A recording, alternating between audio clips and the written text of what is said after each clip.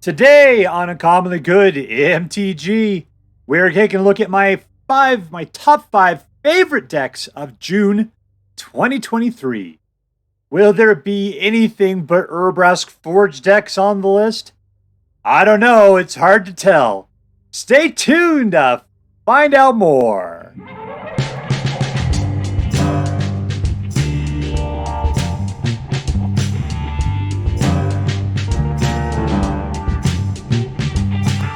Hello and welcome to Commonly Good MTG. I'm your host, the lone gunman on the grassy knoll of magic cards, Dr. Yukon Socket. Yes, thank you. Filmed before a live studio audience. Thank you very much. Yukon Socket.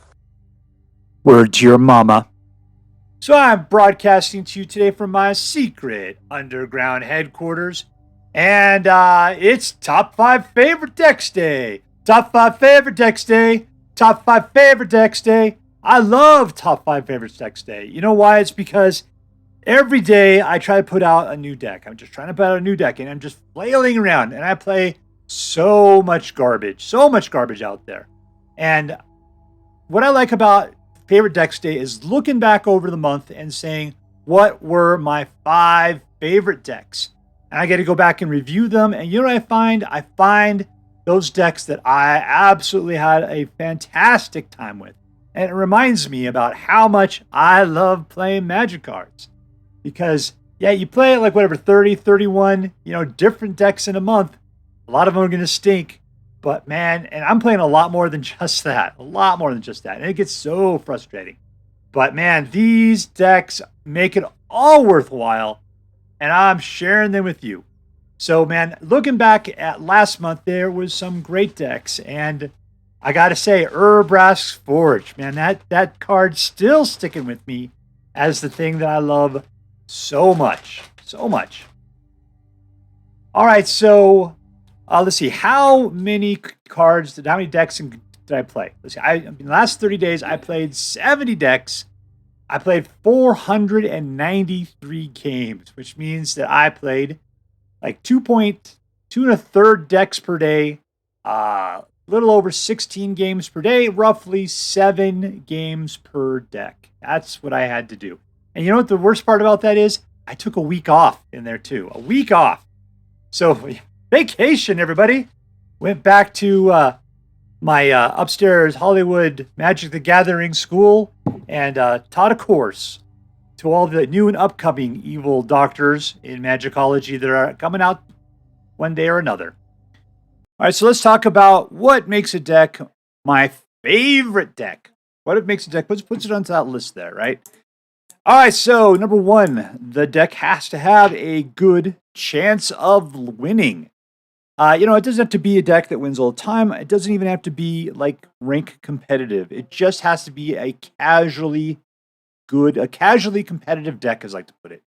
So it's like when I play the deck, it has to have a good chance of winning. It has to be at least in like the 55 to 60% range, something like that, or more. But I don't want to just be beat down all the time. The big thing about it, though, kind of dovetails into the number 2 thing, which the deck has to put up a good fight. So, like, a deck wouldn't be a favorite if it has a good chance of winning, but it's pretty much just like, can I get to the 2-card combo that will win me the game, right? It's just everything along the way is just draw cards, try to get that 2-card combo. And then hopefully that I can put them together before, and then they can't counter it, and then I win. That would be so boring. But if it puts up a good fight along the way, then I feel like I'm actually playing the game. And then if there's a good chance that, 50% chance or more that I'm going to win that game in any particular situation, I like it. Like it quite a bit. That makes up for a good deck for me. The third point is that the deck has to have interesting cards, or that the synergy between cards is interesting. Like some cards are just inherently interesting. Usually the Swiss Army knife guys, maybe I'm thinking of like Sheoldred is a good, interesting card. Meat Hook Massacre, I used to love that. just because there's a lot of things that it did along the way, and it affected the game in a big way. But then, like the synergy between cards, where they affect each other and ramp themselves up to make this much better situation. And I was thinking how I always talk about how I like tribal cards, and a lot of times it's because of the synergy between them. You know, like you're playing soldiers, and then you got the guy that says all soldiers get +1/+1, or like anytime a soldier dies, you put out a soldier token or something like that. You know, that's the kind of synergy I'm looking for. So that way, all the cards are better because of each other, not necessarily because this one card is in particular the most awesome card forever. But that's what I'm looking at. One, interesting cards can do it for me, but synergy between cards and tribal is really a strong way of putting together a great deck that I'm going to love. And the last thing is I give bonus points for a big finish. It kind of takes away from what I said about how I don't want cards or decks that don't fight, that just look for that 2-card combo. But man, I do love a big finish. It's just so decisive, right? I want a card that fights along the way, that has a chance of winning, but like you can at the end, you get up to whatever turn 5, turn 6, and then it's like whatever, like a super giant Shivon Devastator. Because like if you can have a bunch of guys that make a bunch of treasure tokens, and then by turn 5 or 6 you're putting out like a 9 or 10 point Devastator that's flying over and killing people, man, that would be so good. So that's what I'm looking for. Big finish, lots of synergy, good fights, and has a halfway decent chance of actually winning on a regular basis. That's a favorite deck. So, I mean, you got to have fun while you're playing, and that's what's important. All right, so saying all that, let's get to the list. Let's start off by looking at number 5. All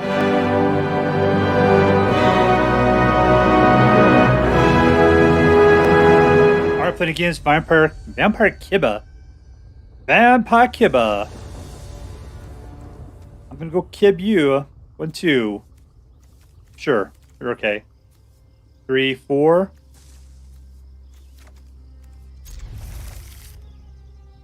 That's mine. Don't you touch it. Get your eyes off of that.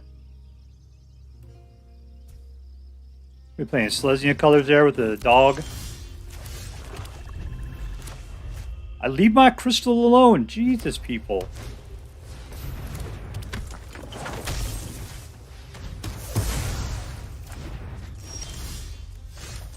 Alright, that's 2 for us.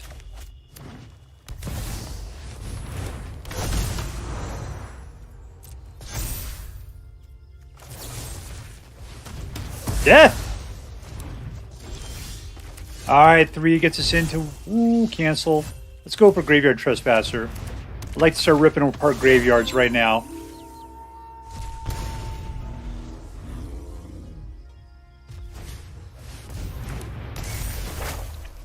What I like is this deck will play Ossification, which will take out the Obliterator. Alright, here we go. 4. Chew him up.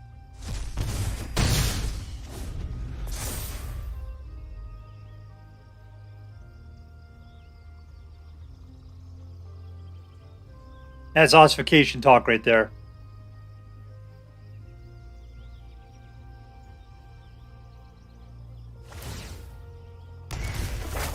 No, you didn't do it.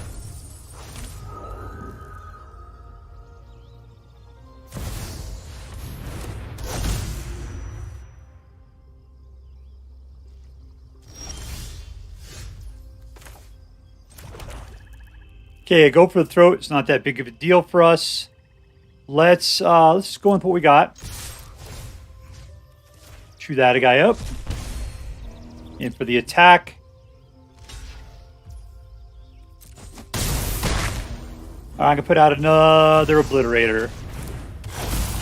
Hopefully it doesn't have board wipe. That would be really bad.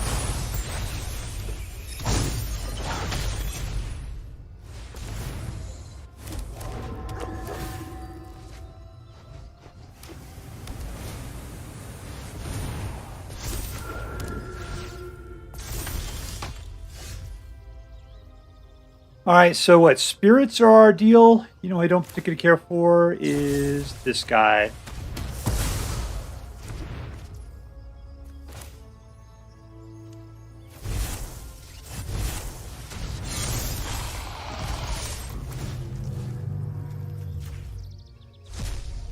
All right, will he block the Obliterators? He will not. And game over, man. Game over. Victory. All right, in the 5th position for this last month, we got a Dream of Sheoldred, which is a mono red mid-range deck. And you know, the problem with mono black is that we've all in the meta, we've kind of locked in to what is good. And in reality, there's actually a bunch of wiggle room with ways that you can sort of move around. Unfortunately, all of those decks are being played hardcore right now as well. I liked this one mostly because it had the Urborg Scavengers in it, making it something new. It came with, I think, Aftermath. That's a symbol for it. Yeah, looks right. And so basically it says, yeah, we're going to be playing, Sheoldred strong, Phyrexian-based type of stuff. We're going to grow with the Scavengers. And the one guy that I love a lot, but he's just way too strong in my book, is the Phyrexian Obliterator. The artwork on this guy is top shelf. Good job, Maxim Costin. That is so good. And he is just such a horror for so many decks out there. I mean, just anything that's playing mostly red, even green really can't do much against it. So, sure, blue, white, black, they can all take care of him. But even then, they have to have the right cards at the right time. But anyways, we got 2 Sheoldreds. We got the Phyrexian Obliterator, the Phyrexian Flesh Gorger. I love this particular combination. I think the Scavengers have come in to be really, really strong. Other than that, at the bottom end, we got Trespassers that go for the Throat Cut Down and Evolve Sleeper. These things are pretty much in every black deck because it's just such a great way to start off a black deck as far as being cheap, inexpensive, and extremely powerful. This particular mix, I end up having a ton of fun with. Just because I love what these guys do at the top end. I love how this Sheoldred punishes people for drawing cards. I love how this one just has so much creature kill involved with it.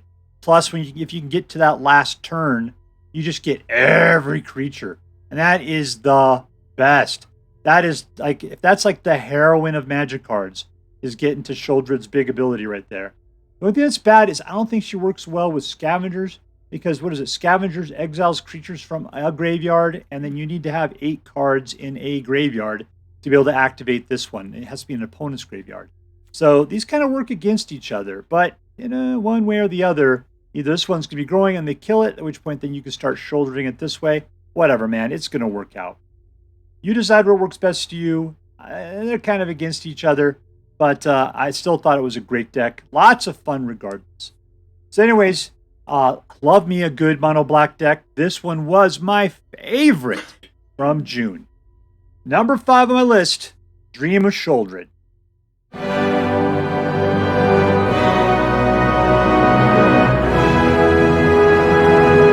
Against K-Beta. Kabeta. All right, 1, 2, 3. Like what I see. Keep.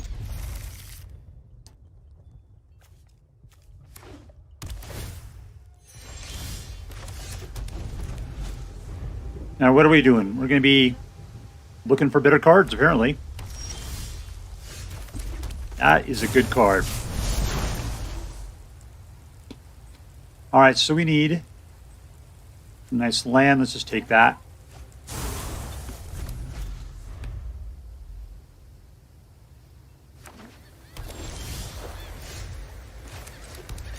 Wandering Mine.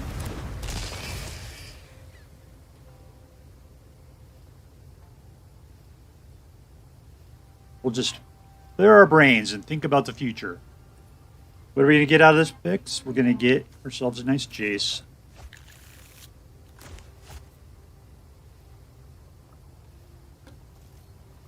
All right, we had to show them. We got the 6 that we need. We just need to grow there now.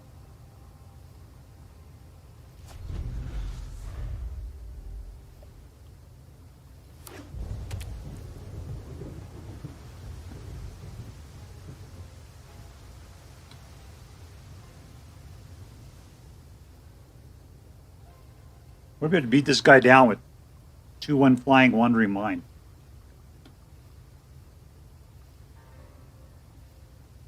The fact that he keeps touching him makes me think he wants to kill him. It's not much of anything at this point. Super.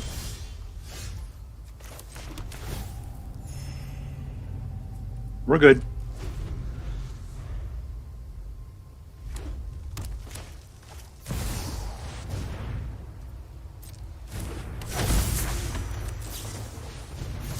We gotta kill ourselves a liar. 1, 2.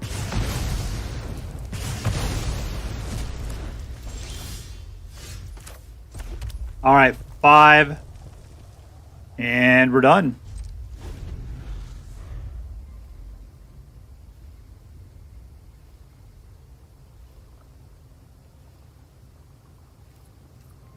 Technically, I could play Burn Down the House, get a couple of dudes out, and then double up on this. It's probably the right move. I'm going to go for it.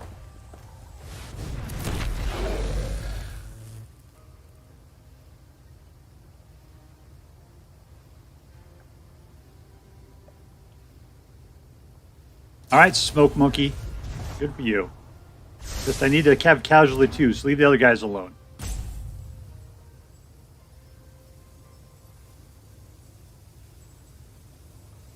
You think this is my entire situation right here?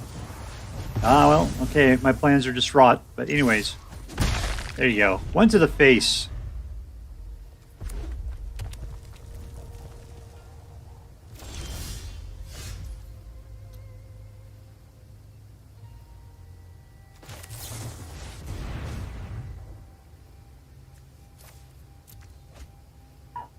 What am I going to have? 1, so 4, 5, 6, 7, 8. So we can do the big thing next turn. Put that out. We'll be able to double up on our cut the losses.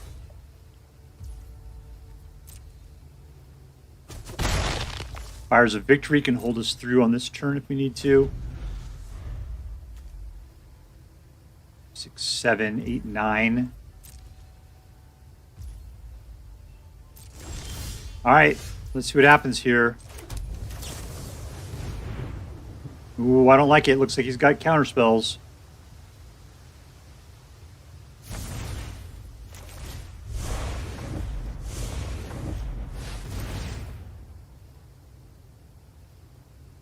Don't be countering the Super Jerk.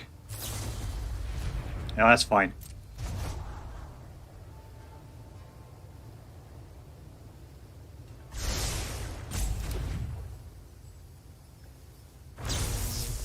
Right there, baby.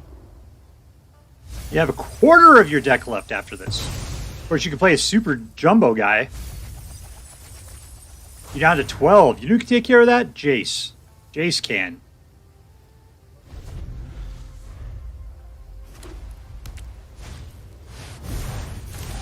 That dude's strong. Of course, it's nice if you had haste.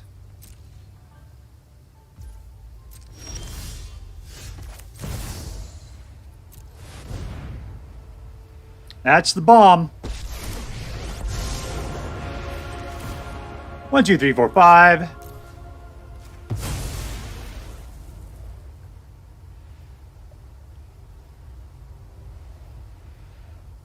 Has he realized what's happened yet?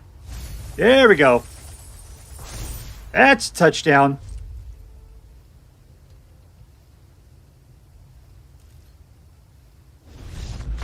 Touchdown! Lava Bears! All right, the number 4 slot. We are playing, well, Jason Chandra Mill V2, I believe that says right there. Yeah, V2. For shorthand, we're just going to call it Izzet Mill. This one was, here's the deal, is that I think that Mill decks have come back strong. It's all based upon, we got the halving deck, the halving people's libraries. I can't say that right. Halving. It's hard to say. I'm trying to say that L in there. There's that, and then there's that other artifact dude that does the same thing. You can play one or the other. This one's playing this particular one.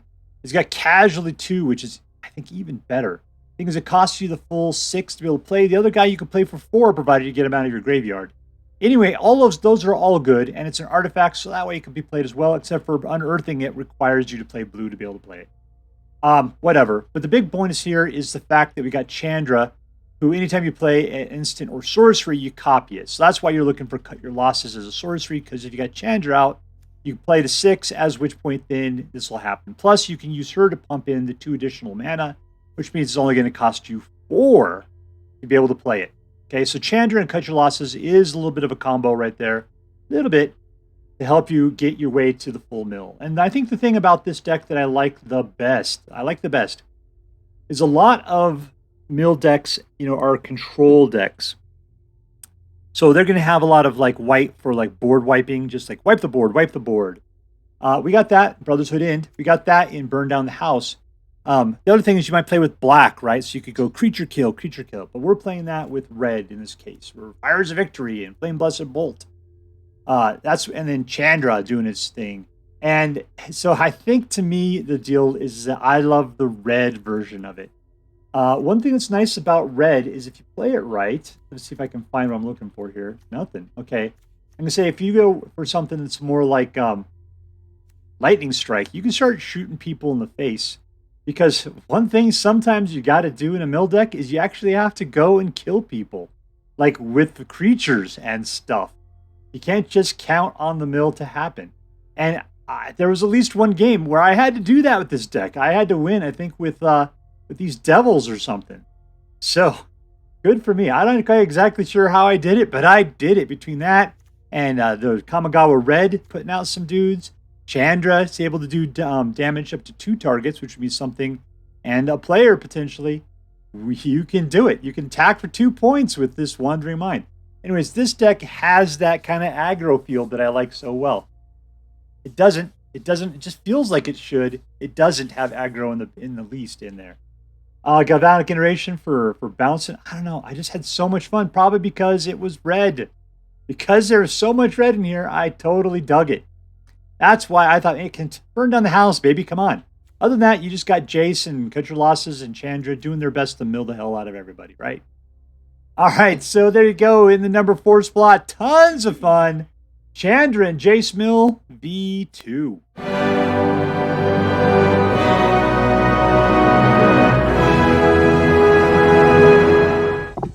All right, we're playing against Chimera Jr.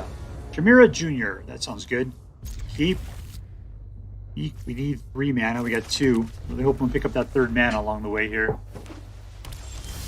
Yeah, that's a 3rd mana if I've ever seen one. Done. All right, I'm going to go for this. We got a Stomper. Stomp, a chewy chomp. Whatever, man.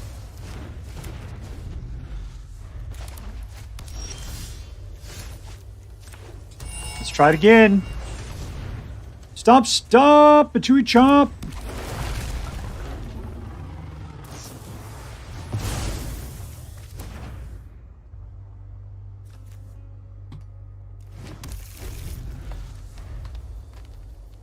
All right, we got 5.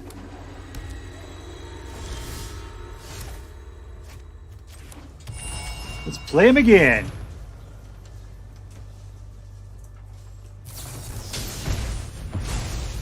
I don't care. I mean, I guess I care. I really wanted the land. What do we got? 5, 6.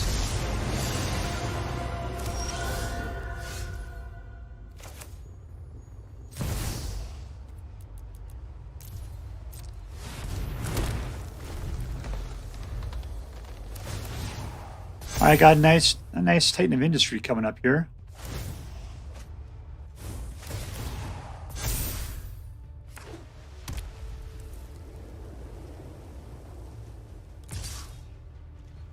No box.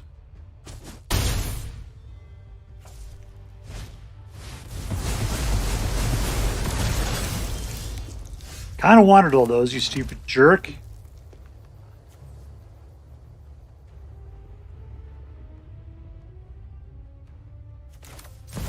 Let's go for the Titan of Industry. Oh, destroy that. Create a Rhino.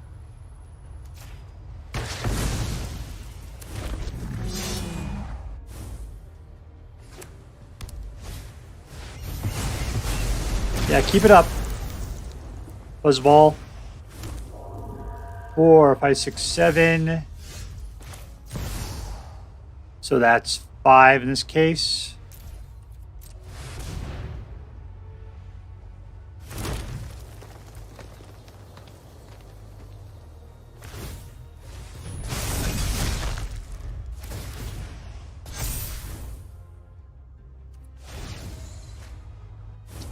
Three, 4, 5, 6, 7. I could play the 7 straight off. Yeah, no blocks. Everything's cool.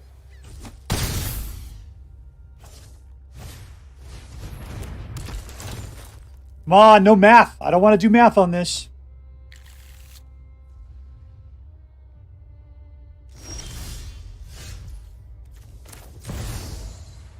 Done. Don't be countering me.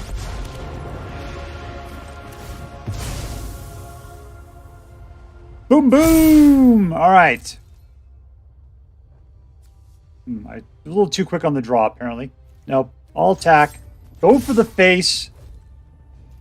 Get at least 2 through. That's... Ah! Ha! Ha! Negative 43.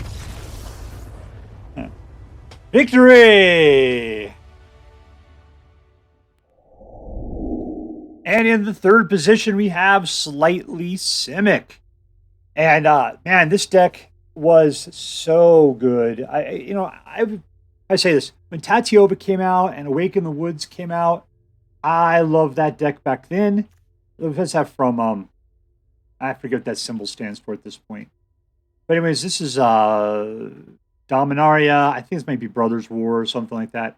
Anyways, just ramping up and then getting to the place where you can play this. The thing that really made this deck really nice was Tribute to the World Tree. Nissa works so with it, especially since she's such a bomb. Coming out and doing the -7. If you could pay full price for it, which is what, 7 mana, and we're ramping like crazy. Plus the problem is you need to use these guys for attacking is the deal. Then you could just trample in. They'll have +1/+1 for each forest you have. Between the Spar's headquarters and the forests. This counts as a forest too? No. I'm not even sure this is really worth having inside here.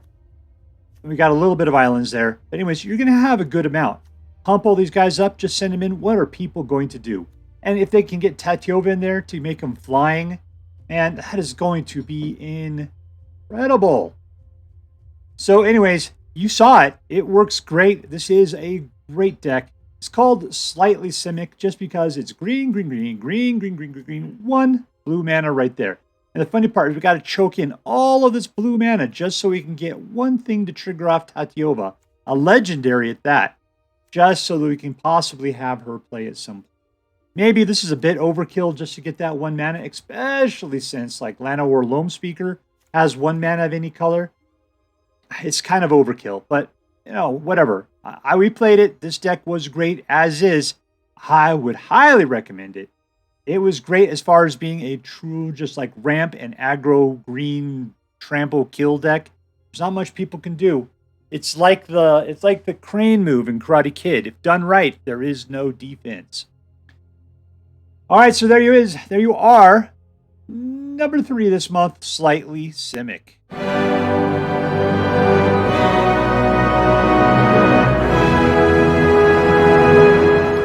All right, we're playing against blue.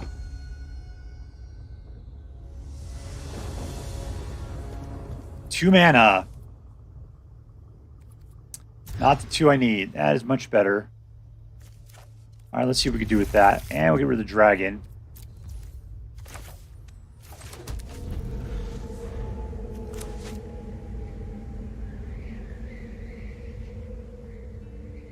I like Vran Squee combo. Of course, it just depends if something gets killed. They're both working in with 2s.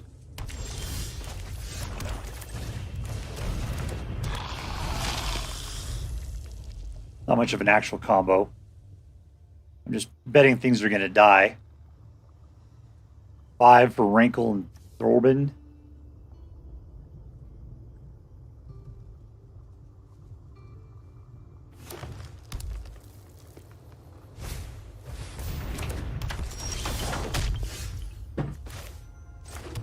All right, let's see if he's willing to give it up. Kill whatever you like. Apparently none of the above.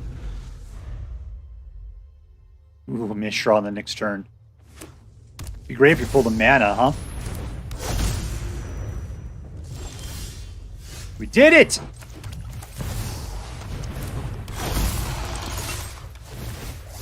Whoa!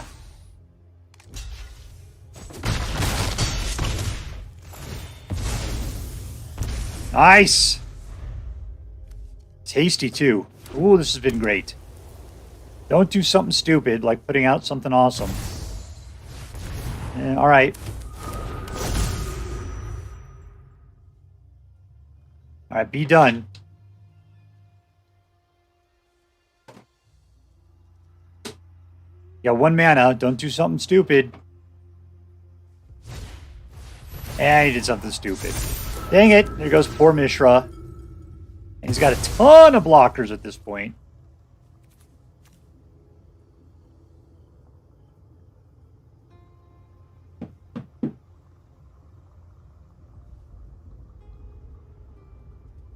All right, so I could have 5 guys out, but still he would just kill 4 of them. And it's less than that good. Yeah, life gain's not doing us any well.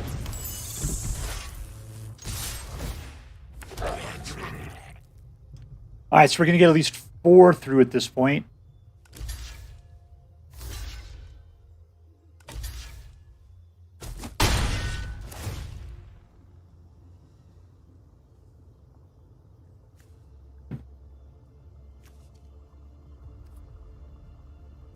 Sure, why not?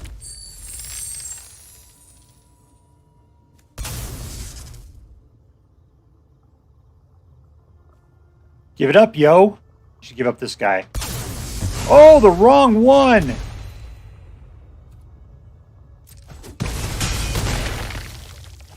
And we win!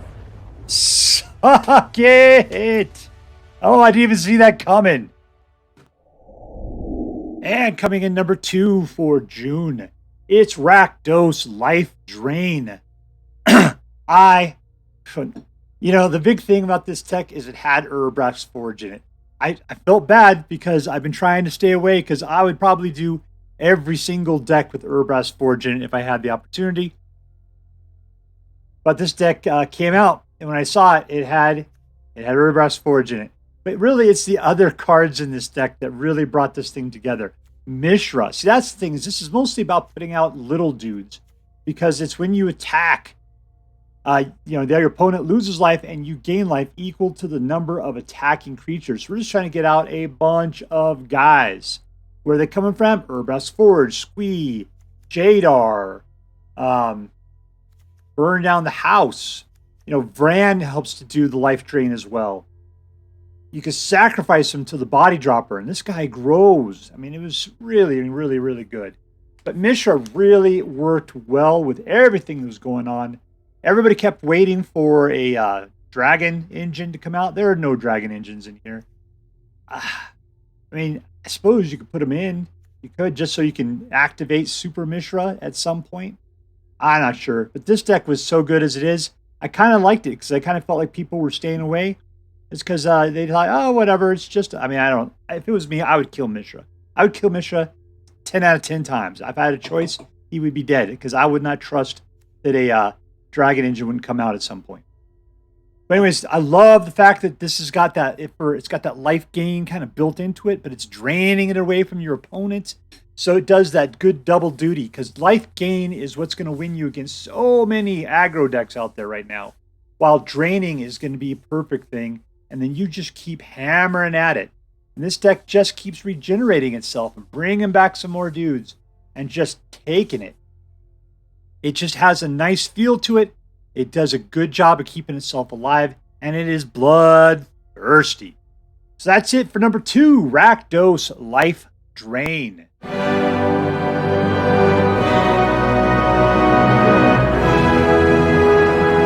We're against Nexus Quintus. The 5th center. Keep. Pain lands. How fantastic. And I'll be forced to use them. This is the TIE Fighter Pilot Memorial Park, where a TIE Fighter just drove directly into the side of this planet. These are the 3 graves of the TIE Fighter pilots inside. Dead. See how the grass grows even higher over where the dead bodies were at before? It's kind of gross.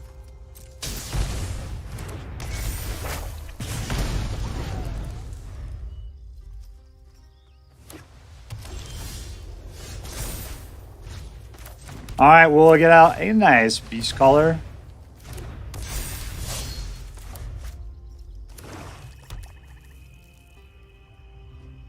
All right, he's playing with white and black, which means... Oh! Church of Toxrill. Church of Toxrill.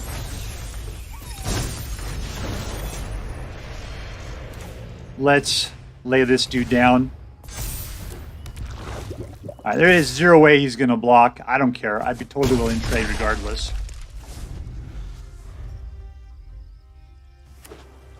The only thing I don't like is that's life gain talk right there. Clerics. He needs 5 to be able to pop up light bulb head there.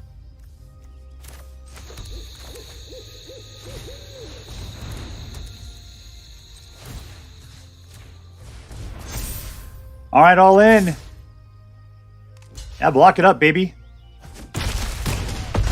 You're down to 4. Well, I wish I had one of those kick puncher cards. The Thrill Seeker. That would be so cool right now.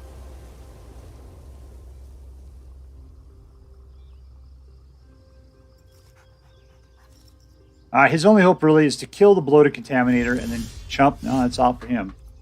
All right, we'll put this guy out. We'll pop everything up even greater.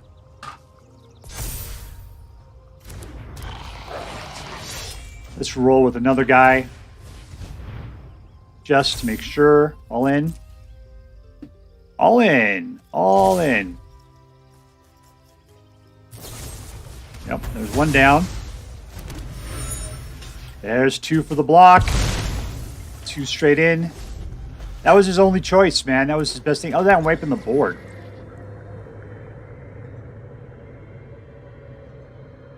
Okay, as long as I can pump the Cacophony Scump, then if I choose to let him die... He's dead. He always got life gain going on, doesn't he? Alright, we'll do this. Urbrask's Forge. Pump that guy. And I'll attack. That's pretty much your death right there. And we win! Touchdown, Lava Bears!